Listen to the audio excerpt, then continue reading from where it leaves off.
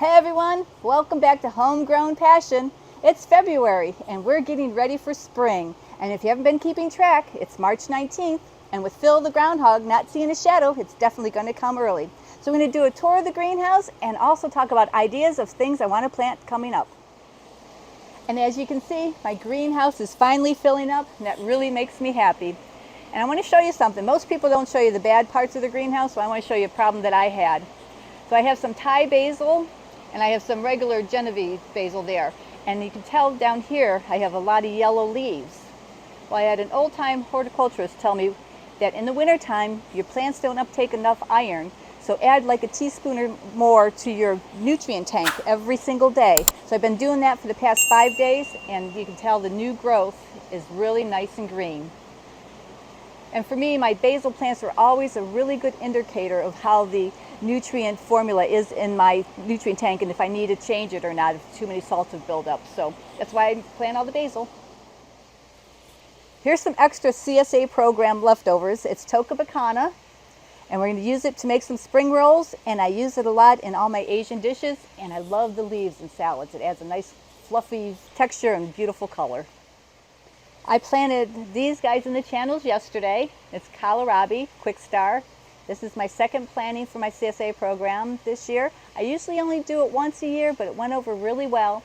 And I think I have enough time to get these guys to full size before it gets too hot here in the greenhouse, because kohlrabi doesn't like the really hot weather. So I think they'll be good to go. Here's our own little personal garden spot. I have some Napa cabbage growing because I haven't trialed it for a long time in the wintertime, and it's doing really well. Here's our spinach. Not a very big spot right now, but I have a lot more seeded, and I'll show you that. And I'm still looking for a replacement for my Corvair, and as soon as I figure out something, I'll let you know. This is arugula. I've already cut off of this once, and it grew back so nice. I'm going to get another harvest off of it. And then I just have a couple different lettuces here. I have 5-star, I have Muir, and then I have a new romaine, and I forget the name of it, but I'll have Doug put the name of it up here on the segment here to show you what it is. These are my dandelion greens. It's not like the dandelion greens in your yard. These guys don't give flowers and aren't a weed. They're actually from Italy. It's called Clio.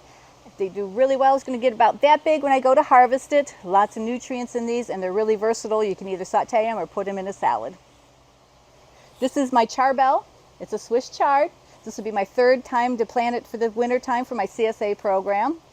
And it'll get probably about another 5-6 inches tall, and the stalks get nice and thick, so you have a nice crunch in there if you want to put it in your soups or whatever other dishes you want to saute it.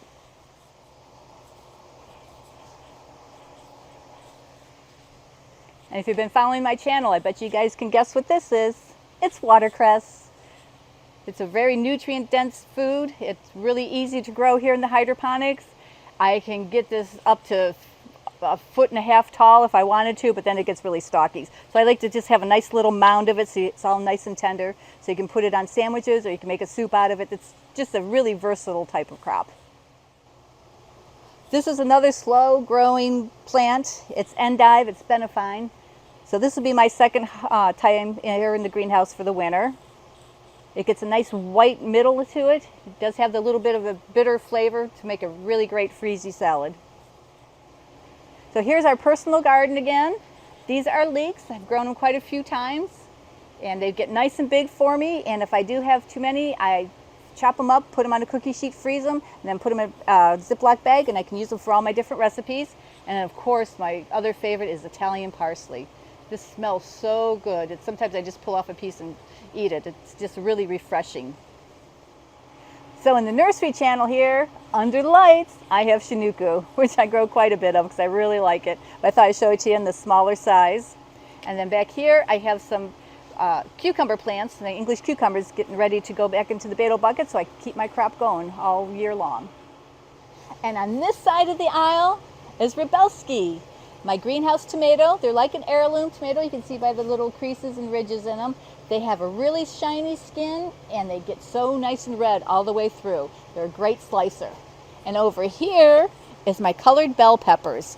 And these are doing amazing. Look at these nice huge peppers. We've been trying to take care of the plants and doing the V, and what a difference. Look how big these bells are. And here's my jungle of cucumbers. These guys are doing amazing. Look how nice this crop is. Nice big long cucumbers with the ridges still in them. These are going to be great to harvest tomorrow morning. Here's my deep barrel hydroponics. These plants have been in here for 3 days and they're really perking up. They got the carrots, onions, beets, and parsnips, which I've never grown before. So I'm really excited to watch these guys take off. So I wanted to use up my 3.5-inch Bio Strate for microgreens. So yesterday I seeded some broccoli in here. They'll probably germinate in a few more days, and then I'll take the tops off and they'll be ready to harvest in 10 to 15 days. This is red cloud, and in my other video just 3 days ago, I can't believe how much this has grown and how much red it got. And I'm going to harvest this tomorrow for my CSA program. Mini green bok choy, one of the most versatile plants I grow. It's Little Wren is the name of the cultivar. It'll be ready in about 2 weeks, because you can see here it's starting to form the little bok choy bulb on there.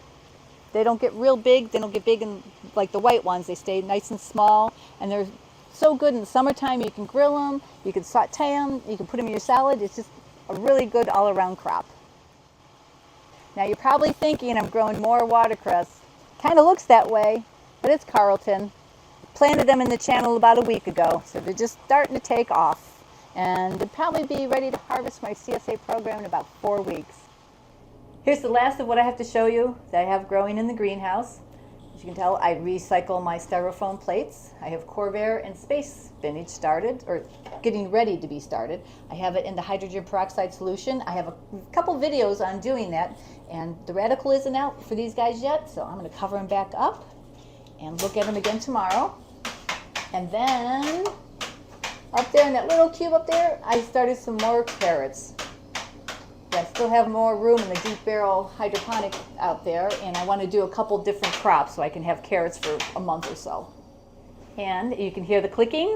It's my dosatron system coming on with my timer, and that is doing the tomatoes and the cucumbers right now, because we have 2 different timers up there, one for the peppers and then one for the tomatoes and cucumbers. And they got the micro and macronutrients and the pH adjust. So in the beginning of the video, I talked about the future of what I'm going to plant. Well, I got 2 different things coming up. One is going to be my flowers, so I can do all my decorating around the house, because I did win some beautiful hanging basket pots that I can either put on the ground or hang them up around the house and on my deck. And then also strawberries. Get them going again for the spring, and I just had so much fun with them last year. I can't wait to do it again. So I hope you guys liked today's video, and like always, please leave me any questions, comments, and suggestions down below, and we'll see you guys next time. Going to pull some of this Toca Bacana out, take a couple plants up to the house so we can do some cooking with it tonight.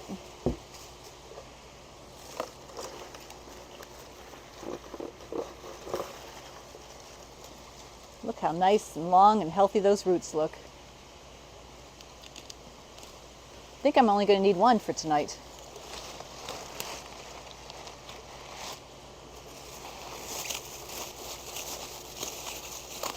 Doesn't even fit in my big bag.